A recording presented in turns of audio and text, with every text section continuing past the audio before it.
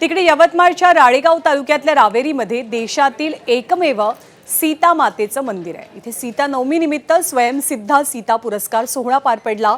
यावेळी समाजातील कर्तृत्ववान संघर्षशील 9 महिलांचा गौरव केला गेला।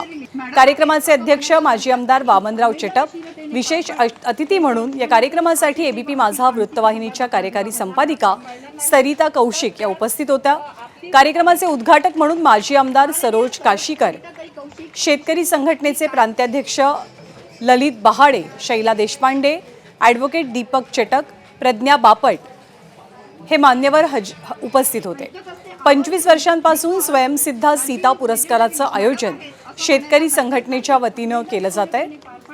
पतीच्या निधनानंतर किंवा घटस्फोटानंतर हिंमत न हरता संघर्ष करून आपल्या मुलाबाळांचं संगोपन करणाऱ्या कर्तृत्ववान महिलांचा यावेळी सत्कार केला गेला। म्हणजे मला असं वाटतं की ह्यातील प्रत्येक कहाणी महाराष्ट्रात प्रत्येक स्त्रीनं, प्रत्येक आईनं, प्रत्येक पुरुषानं, प्रत्येक मुलामुलींना कळली पाहिजे। आज आपण खरंच इथे महिलांचा सत्कार करत नाही आहोत, तर आपण ज्यांच्यात आशा आहे, ज्यांच्यात धैर्य आहे, त्या आशा, त्या धैर्याचा सत्कार केला आहे।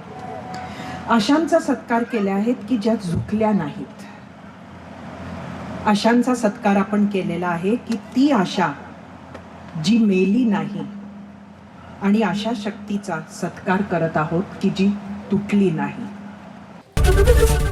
एबीपी माझा, उघडा डोळे बघा नीट।